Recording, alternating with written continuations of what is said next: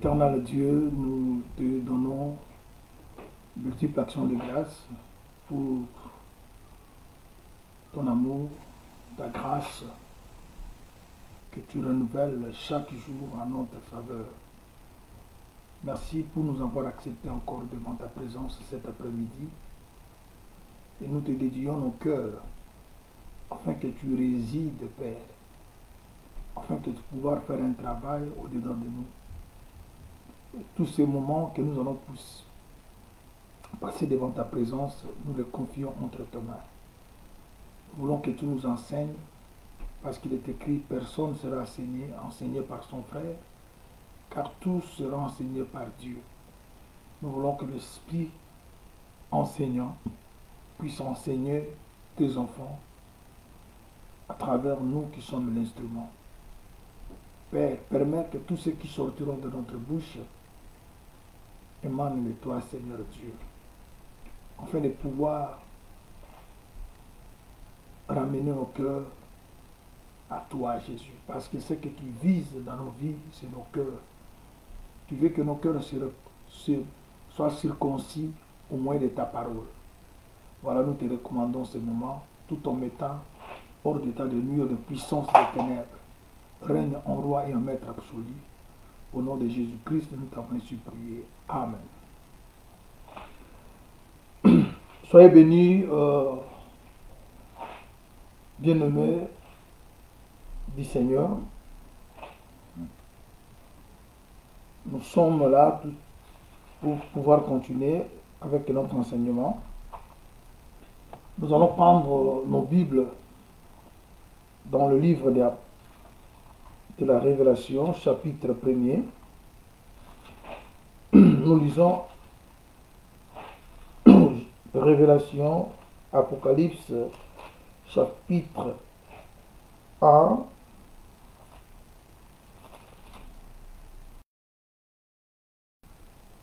Nous lisons le verset.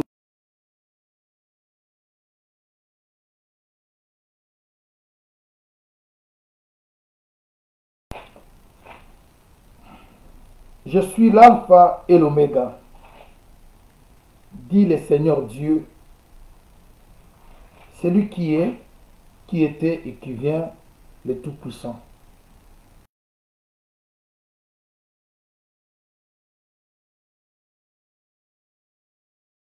Un tout petit peu sur ce verset de Apocalypse.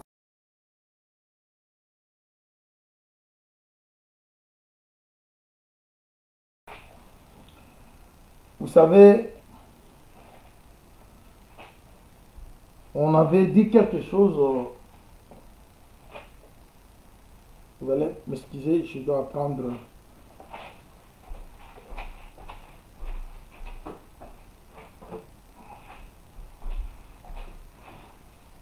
Ouais. Hier, nous étions occupés à expliquer quelque chose sur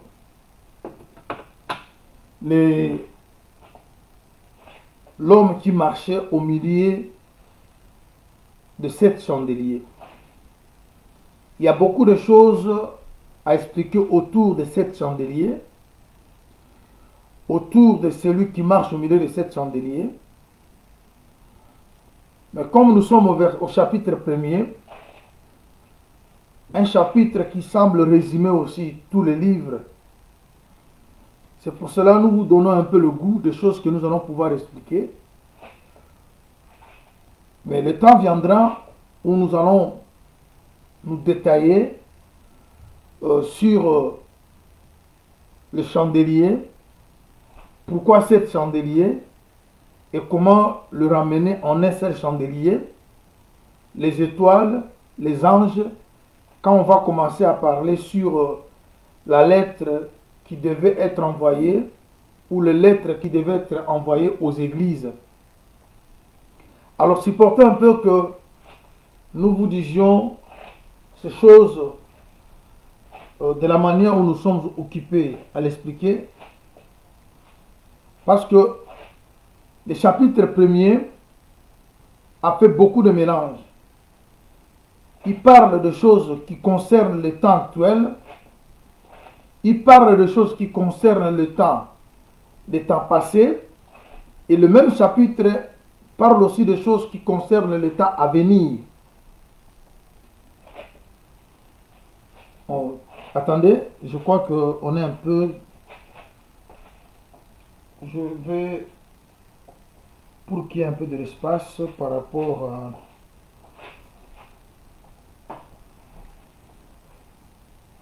à... Ok.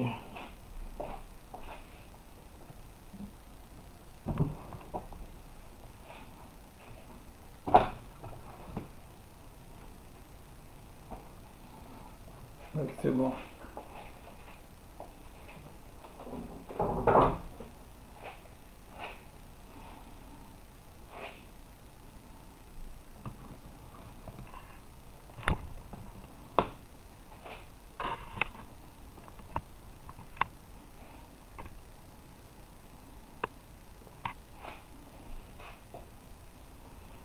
Ok, je crois que notre tableau... Ok, ça va.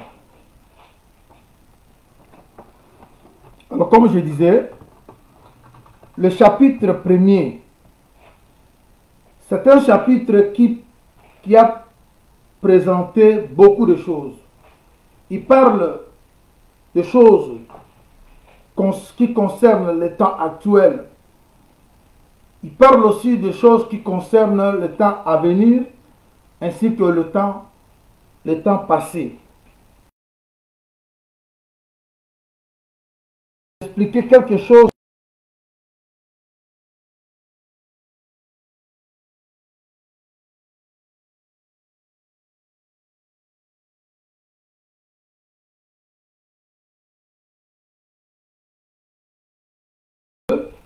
et ça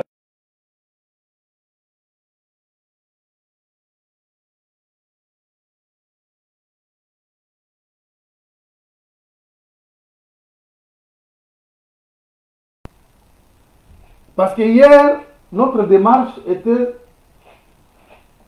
celle d'expliquer pourquoi la description qu'on donnait de cet homme qui était au milieu de 7 chandeliers nous montrait qu'il s'agit de notre Dieu qui vient dans sa colère. Mais pourquoi on voit la description de la colère qu'on avait expliqué hier? Le Seigneur, que le monde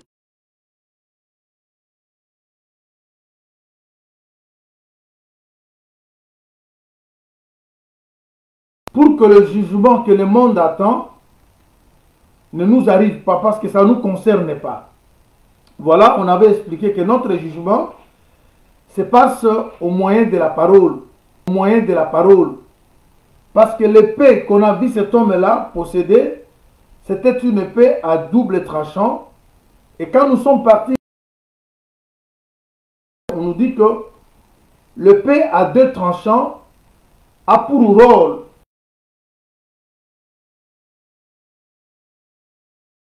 d'être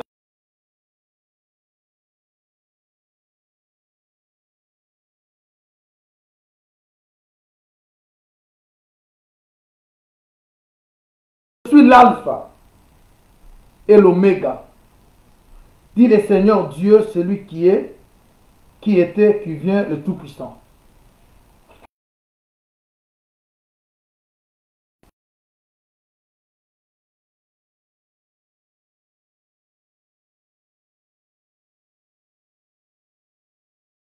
De Dieu. Mais je vais prendre quelques explications ou quelques sens par rapport à ces versets. Déjà, ce que vous devez retenir, quand le Seigneur se présente comme le commencement,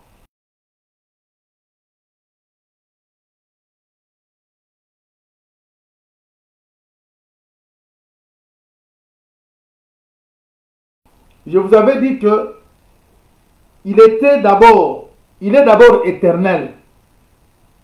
Ensuite, il est devenu Dieu. L'Éternel est devenu Dieu lorsqu'il a commencé à créer.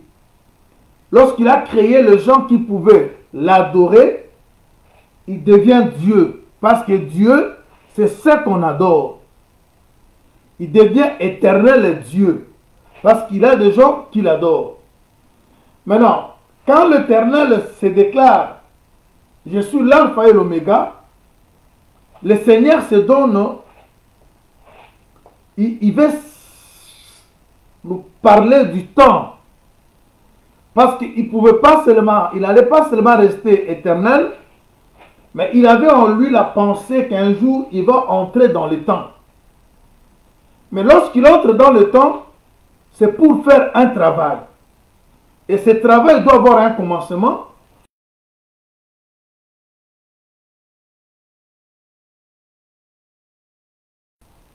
Quand le frère Jean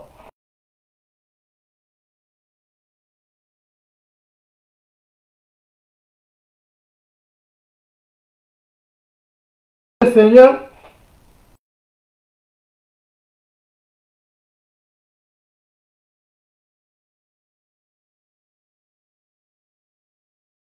concerne le temps à venir, autrement dit, le temps de la vengeance. Par rapport à notre temps, le jour du Seigneur est postérieur. Par rapport à notre temps, le jour du Seigneur est à venir. Par rapport à notre temps, le jour du Seigneur, c'est une prophétie qui est révélée, mais qui n'a pas encore eu son accomplissement. Mais dans la vision que Jean voyait, on lui montrait le jour du Seigneur. Lui étant dans le présent, pendant notre dispensation de la grâce, mais il a eu les yeux ouverts pour qu'il voie les choses qui vont s'accomplir dans le temps à venir. Parce que la mission de cette révélation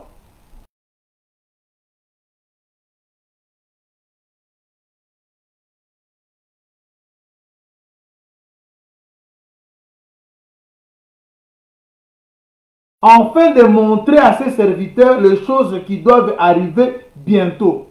C'est-à-dire, quand Jésus voulait donner la révélation à Jean, le souci primordial dans cette Jésus,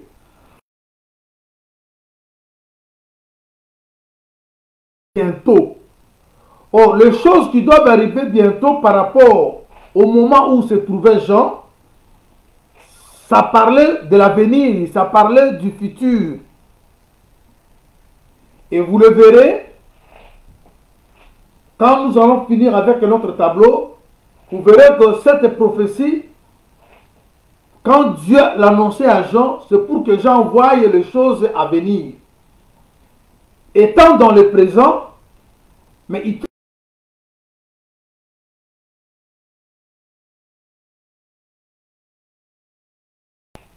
Dieu n'avait pas seulement accordé à Jean, il avait voulu que Jean puisse la transmettre aux églises.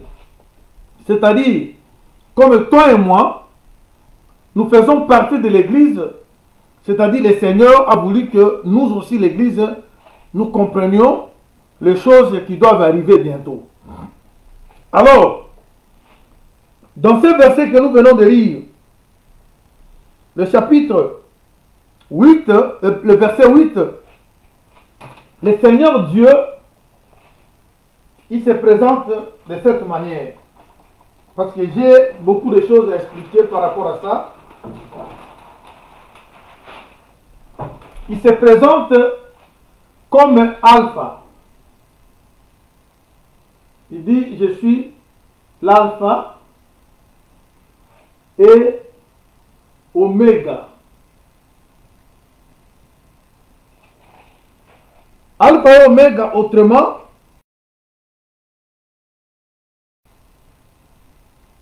et la fin, le commencement.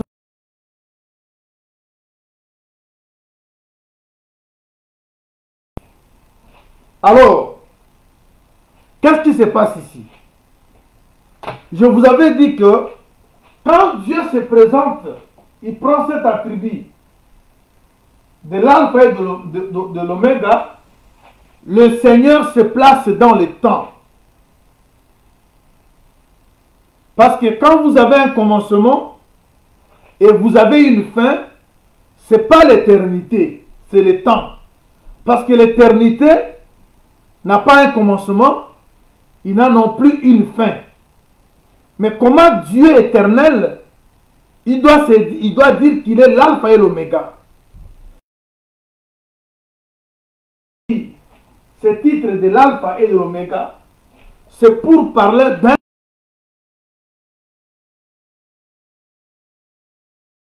travail doit avoir un commencement et ce travail doit aussi avoir une fin. Et le travail doit s'effectuer dans le temps. Alors, regarde maintenant.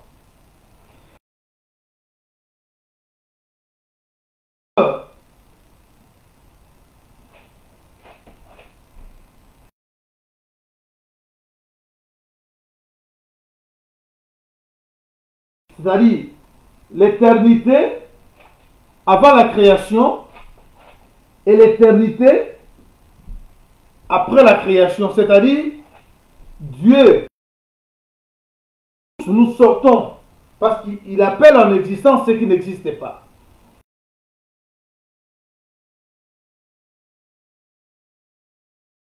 Il nous fait maintenant, il nous manifeste par la création. Nous entrons dans le temps. Et le temps va prendre fin pour que la création retourne.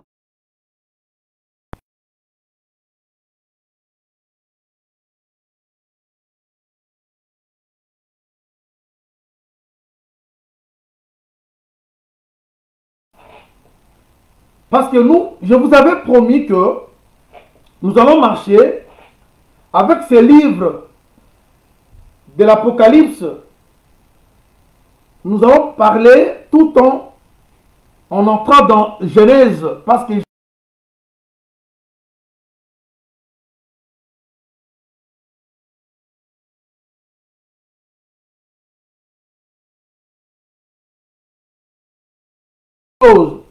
l'Écriture nous a répondu que c'est depuis la création du monde que Dieu avait caché les choses.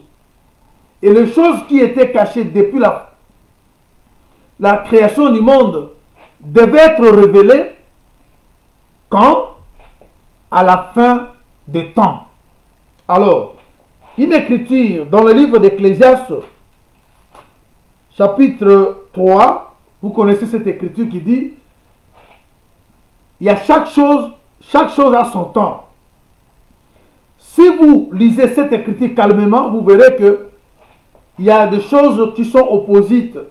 On dit, il y a le temps de naître, il y a le temps de mourir. C'est-à-dire, quand vous naissez, ça c'est l'alpha, et quand vous mourrez, ça c'est l'oméga. Il y a le commencement, il y a la fin. Il y a le temps où Dieu s'est fait l'alpha.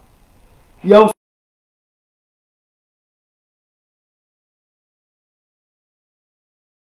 l'alpha et l'oméga de Dieu quant au plan de la rédemption. Parce que Dieu, il a caché les choses, mais il avait deux promesses selon le livre d'Ésaïe. Ésaïe 61, la prophétie nous a parlé. Il y a beaucoup de coupures.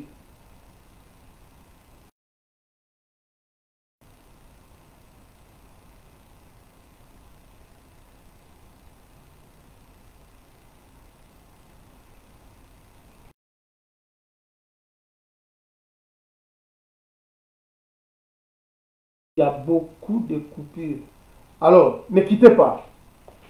Juste une minute, on fixe quelque chose ici.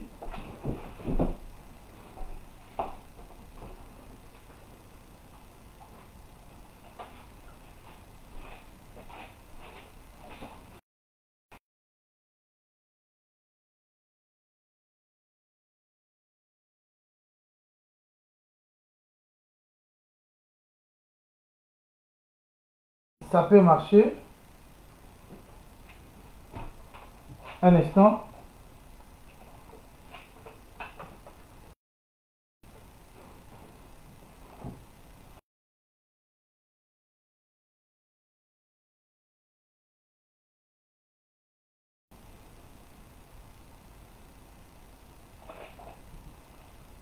Il y a toujours des coupures.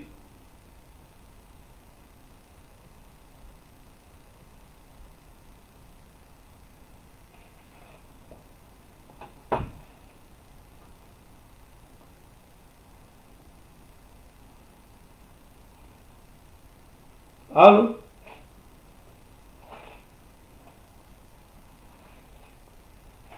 Ok, je disais ceci. Qu'est-ce qui se passe? Éternel est Dieu.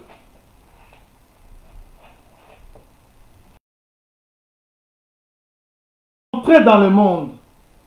Mais avant que les seigneurs viennent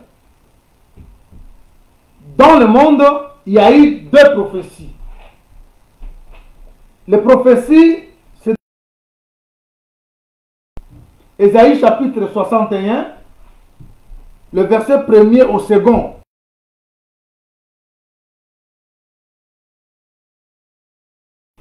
La prophétie nous dit que il doit venir pour proclamer l'année de grâce et un jour de vengeance. Ah, ça va, on peut continuer. Ok. Alors, le Seigneur, je vais lire rapidement. Ici, nous allons vraiment faire un effort de parler calmement afin que vous puissiez comprendre avec beaucoup de lumière. Regarde maintenant Ésaïe 61, le verset 1er au second. L'Esprit du Seigneur l'Éternel est sur moi,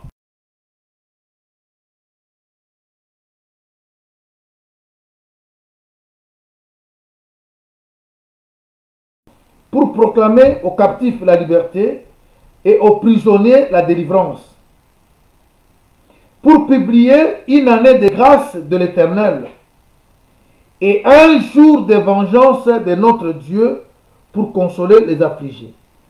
C'est-à-dire, dans cette écriture d'Ésaïe, on trouve deux prophéties. Deux prophéties qui parlent de l'année de la grâce et qui parlent aussi du jour de vengeance. Au jour de vengeance, c'est ça le jour de l'Éternel dont Jean a vu ce qu'on avait lu hier. Il était ravi en esprit, il a vu le jour de l'Éternel. Or, le jour de l'Éternel, c'est le jour de vengeance. Alors, dans Ésaïe, toutes les deux prophéties étaient ensemble. Année de grâce et jour de l'Éternel. Et maintenant, dans ces deux prophéties, ça fait de Dieu l'alpha et l'oméga. C'est-à-dire, il est l'alpha parce que lorsqu'il entre dans le monde, d'après Hébreux chapitre 10, au verset 5e, il est entré non pour venger, il est entré pour publier l'année de la grâce. C'est ainsi qu'il a pris maintenant la forme d'un. Alors maintenant,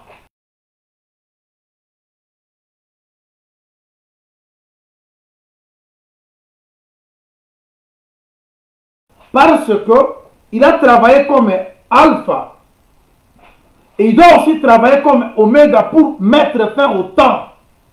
Parce qu'il est l'alpha et oméga, parce qu'il s'est introduit dans le temps. Parce qu'il fait un travail dans le temps, parce que c'est dans le temps qu'on doit trouver le commencement et la.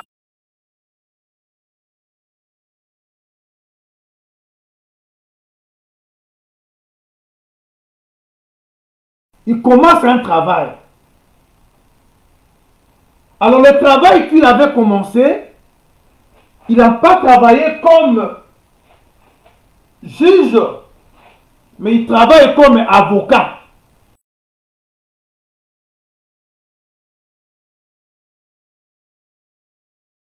Comme avocat, parce que vous allez vous rappeler que lorsqu'il entre dans la synagogue d'après Luc, chapitre 4, on lui donne le rouleau.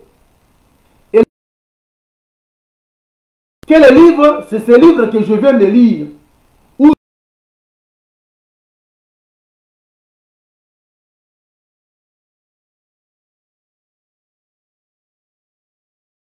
la première partie, la partie qui concernait la proclamation de l'année de grâce. Et il va maintenant prendre le rouleau et remettre. Alors, cette venue-là, il n'a fait que l'œuvre de la grâce. Alors maintenant, dans son cœur, le jour de vengeance était, on prend une écriture, Naoum.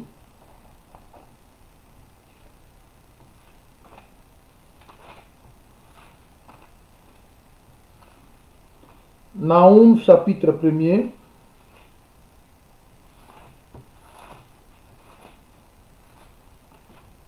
Un instant, nous allons lire Naoum chapitre 1er.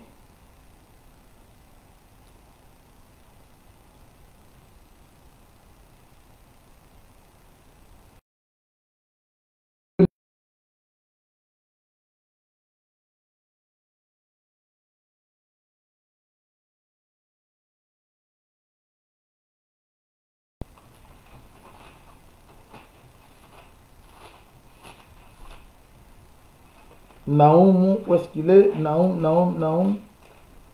Ok. Je lis le verset 2e du chapitre.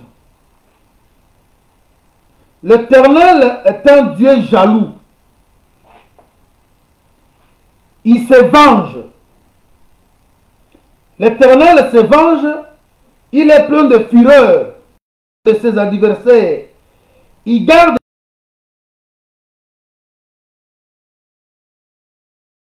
lent à la colère.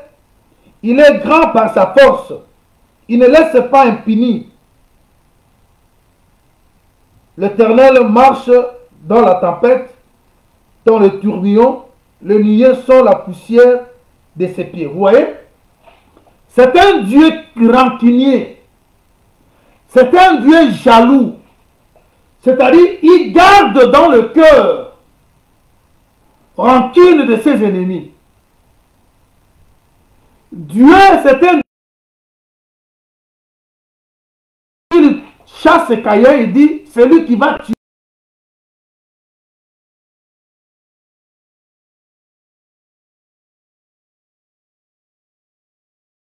Bien qu'il a chassé Caïn, mais il va prendre un signe, il met sur Caïn pour que celui qui va le trouver ne le tue pas.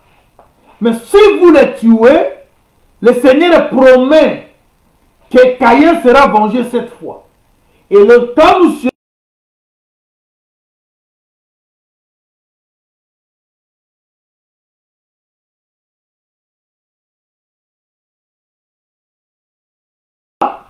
c'est en rapport avec la promesse que Dieu avait faite que si quelqu'un fait du mal à Caïn, il va venger. Alors ici, je vous fais comprendre quelque chose. L'alpha de Dieu fait de travailler comme un agneau.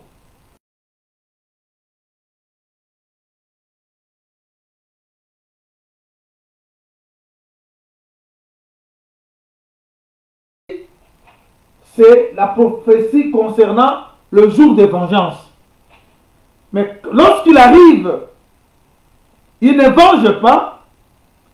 Il proclame que l'année de grâce, mais il garde dans le cœur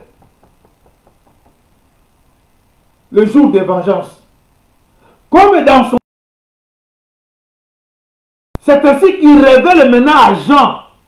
Parce que lorsqu'il fait voir à Jean, le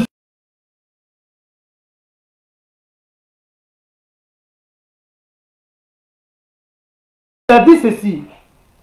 Je vous appelle plus serviteur.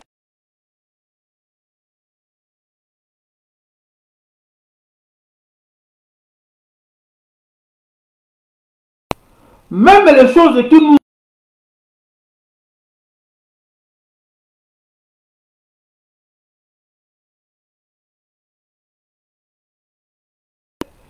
L'Éternel Dieu nous le fait révéler. Parce que nous sommes ses bien-aimés. Parce que dans le cœur de Dieu, il garde quoi? Il garde rancune de ses ennemis. Alors maintenant, nous, étant la femme du Seigneur, nous avons la permission au moyen du Saint-Esprit de sonder le cœur de Dieu. Regarde bien aimé dans le Seigneur.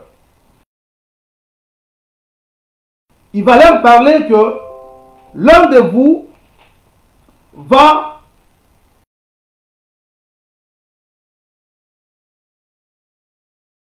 Vous savez que les disciples étaient là, ils commencèrent à se poser des questions pour savoir qui serait celui-là qui va les trahir. Mais ils n'ont pas eu tous le pouvoir de demander à Jésus. En ce moment, Jean était où?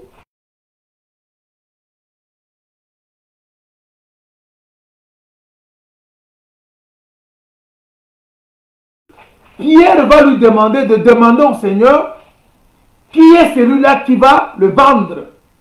Or, la position que Jean occupait, le fait de mettre sa tête sur la poitrine de Jésus, c'est la position d'une... Les autorités, selon que le frère Paul nous a parlé, vont connaître...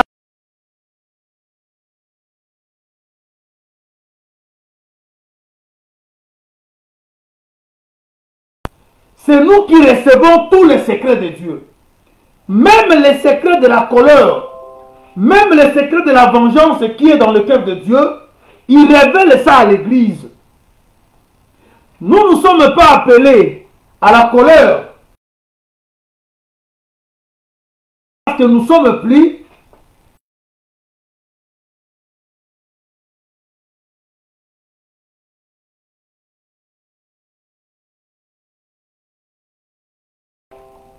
dans le cœur de Dieu. Il y avait le jour de vengeance. Dieu, il a gardé un entier. On ajoute, il dit, il est lent à la colère, mais riche à bonté. Mais il ne laisse jamais un péché impuni. Au temps de la grâce, la colère de Dieu est là, mais Dieu l'a fait maîtriser. Mais un moment viendra où la colère de Dieu sera maintenant, va s'exploser. Et c'est là maintenant que nous allons comprendre toujours trop de coupures. Mon Dieu. Alors, je vais essayer de connecter quelque chose ici, si ça peut aider. Supportez-moi un peu. Connexion, problème, comme vous.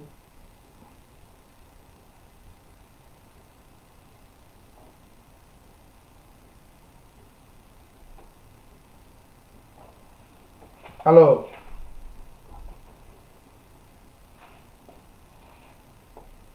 nous cherchons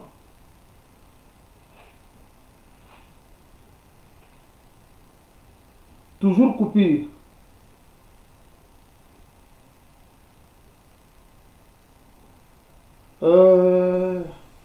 Alors, donnez-moi 2-3 minutes, le temps de fixer quelque chose ici, peut-être ça peut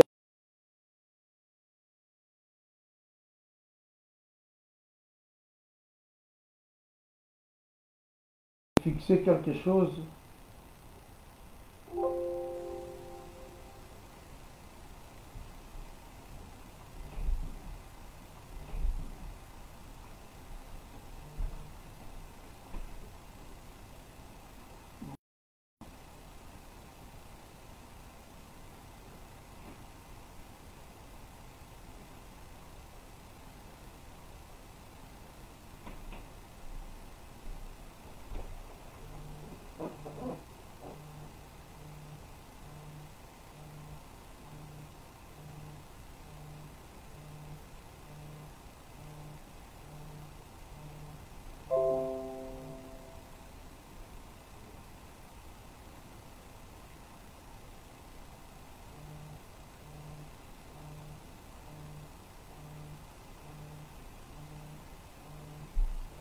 Supportez vos cœurs un peu. Nous cherchons à fixer quelque chose ici.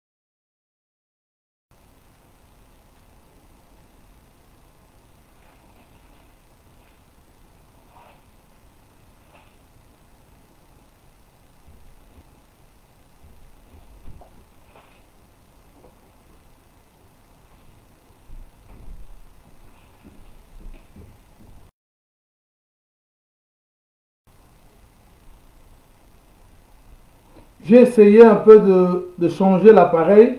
Je ne sais pas si avec